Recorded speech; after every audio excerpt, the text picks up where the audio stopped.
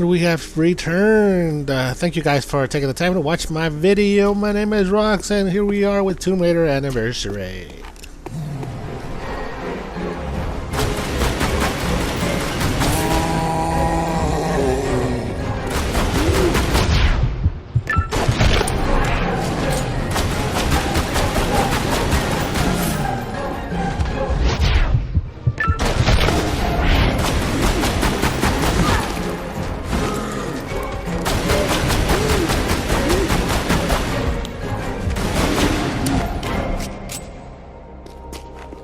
The Midas Garden, I think we sort of, we did the thing you guys intended, which was to build the Midas statue.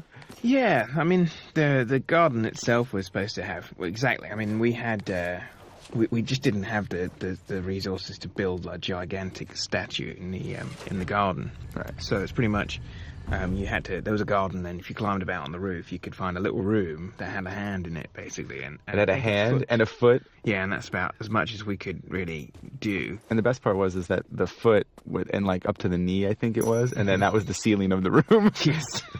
Well, it's, yeah, roof had collapsed or something, probably.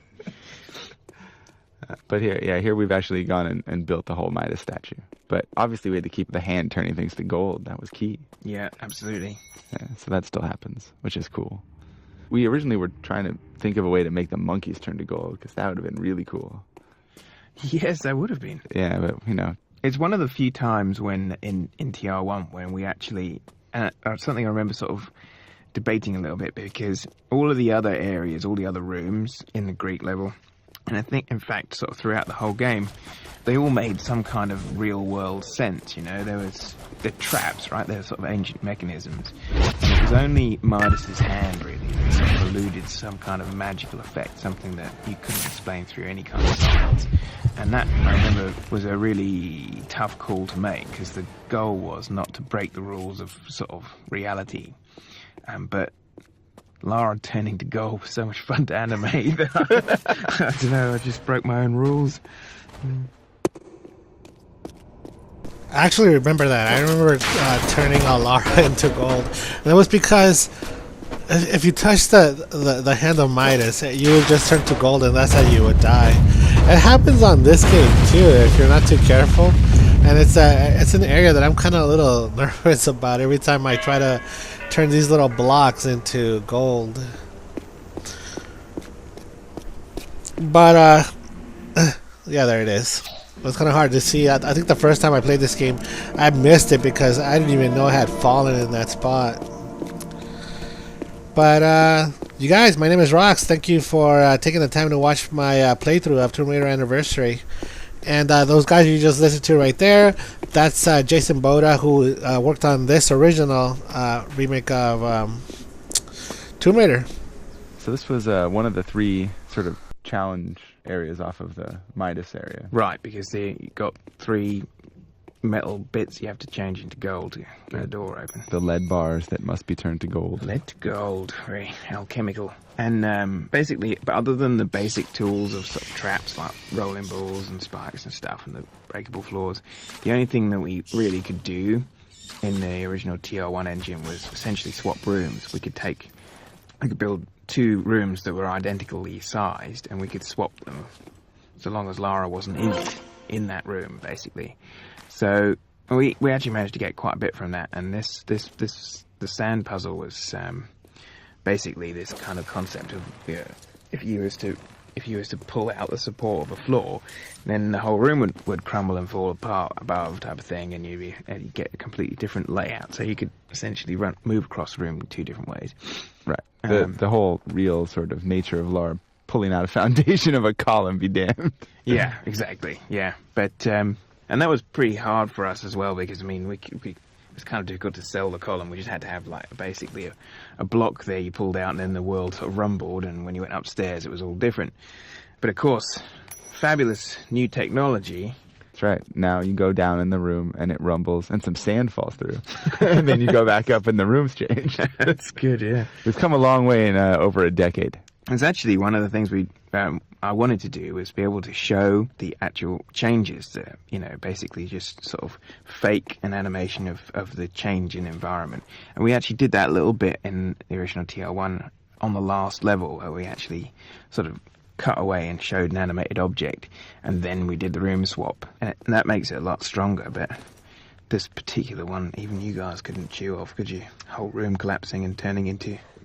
Yeah, that was we tried to pitch that, and the producers came back and said, no, we don't have, you don't get to build 2 versions of this room. So we did one, and we did what we could. It still sells it, I think. At least as well as the original Tomb Raider did. Grr. And right here, I'm about to face off on some gorillas, I think. Yep, right there.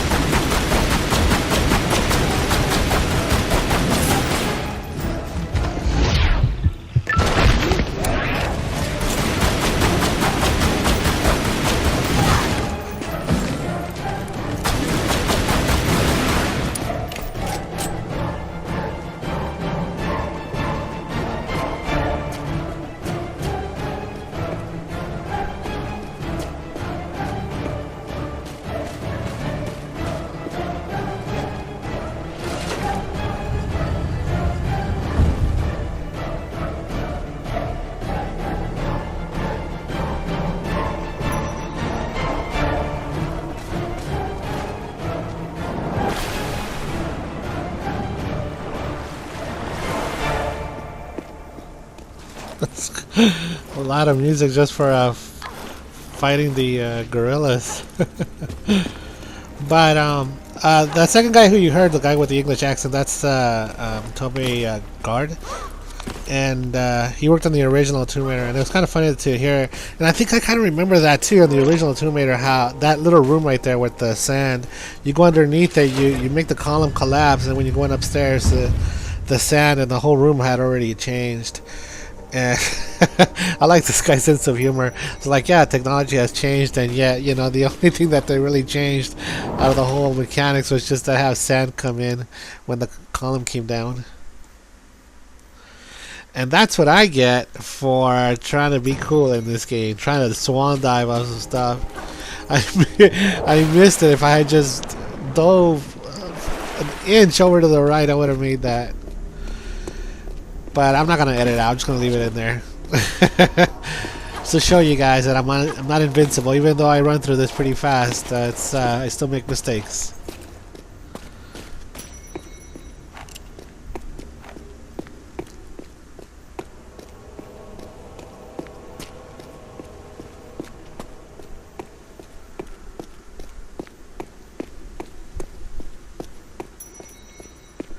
Oh, I hate this one. This one has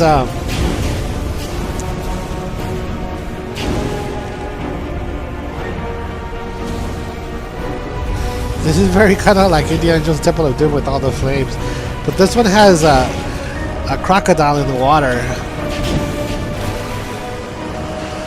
Oh, there it is. Yeah, it grabbed me, but somehow I shook it loose.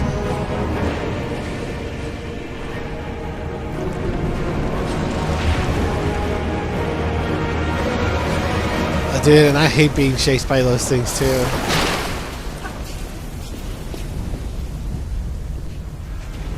Alright, so this is originally was sort of a series of columns with fire in the middle that you had to sort of time jumping across to get to the piece at the end, and there was water on the sides. So our first little pillar here is the homage to the original Tomb Raider pillars, and then the rest of the room we completely changed. So now there's still lots of fire, but we've, you know, added more timing elements to it, make it harder. Well, originally, I mean, the whole point of the room actually was that there was actually it was all about the fact that Lara worked like clockwork. So if you kind of start a jump at a certain point, once she lands, there's a specific point when she can jump again, and it's not like any time. Even if you press a button earlier, it's still going to be that specific time. So you can actually do it sort of like 3 or 4 jumps in a row, and you will always jump basically at exactly the same point.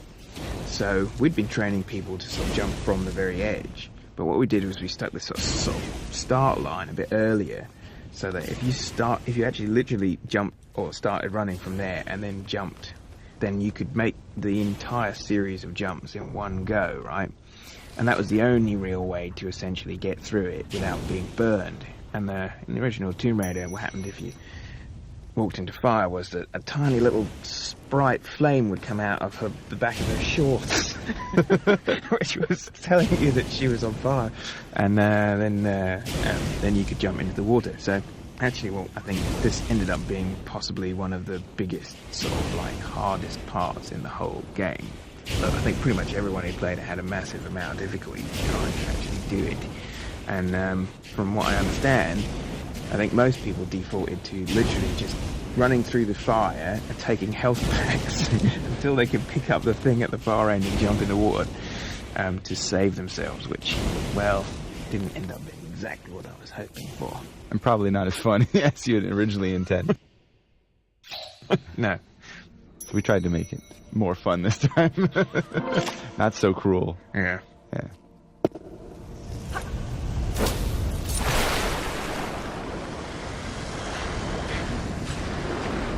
I was trying to swim the other way. Here comes that fucker chasing after me. No!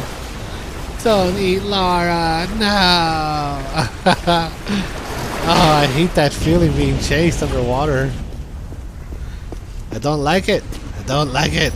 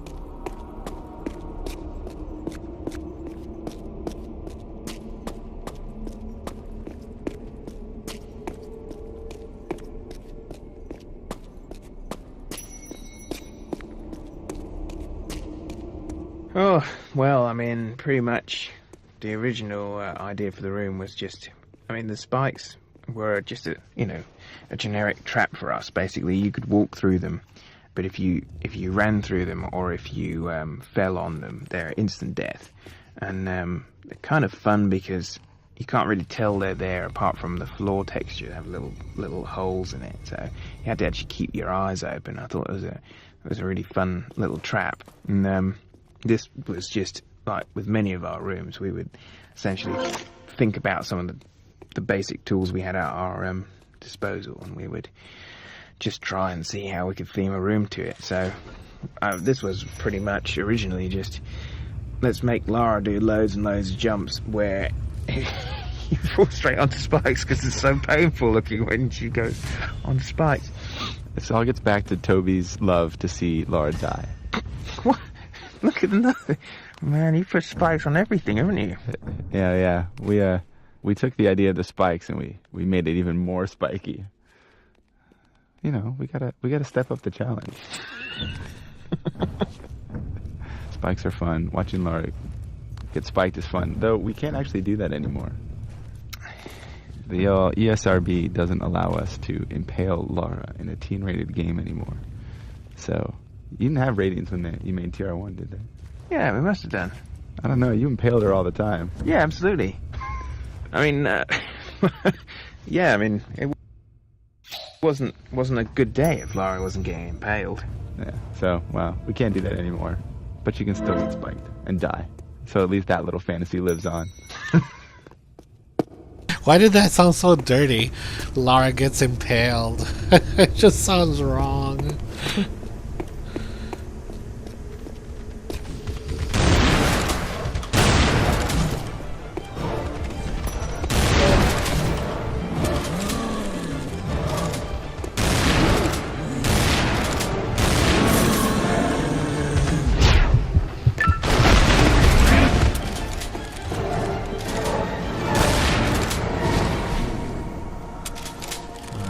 like a pimp. I love the way she kind of reloads the shotgun. It's pretty cool. Alright, well, here's the Midas hand, and I just gotta lay down these little bricks on it, and it'll turn to gold. The unfortunate and scary part is, like, my controller doesn't really work, so the slightest little push forward will make Lara climb that hand, and she'll turn to gold. And as cool as that sounds, I really don't want to kill my Lara, so you guys are not going to get to see that. But there's a point right here where I actually turned around and I almost thought that I was going to go up right there. I was like, oh my god, she's going to climb up and turn to gold, but she didn't, so I was pretty happy about that. But alright guys, we reached the end of the video, and again, thank you so much for taking the time to watch this, and any support you guys give me by giving me a thumbs up is very much appreciated. And if you have any suggestions on how I can improve my videos, just go ahead and leave a comment down at the comment area. And yeah, I'll see you guys next time.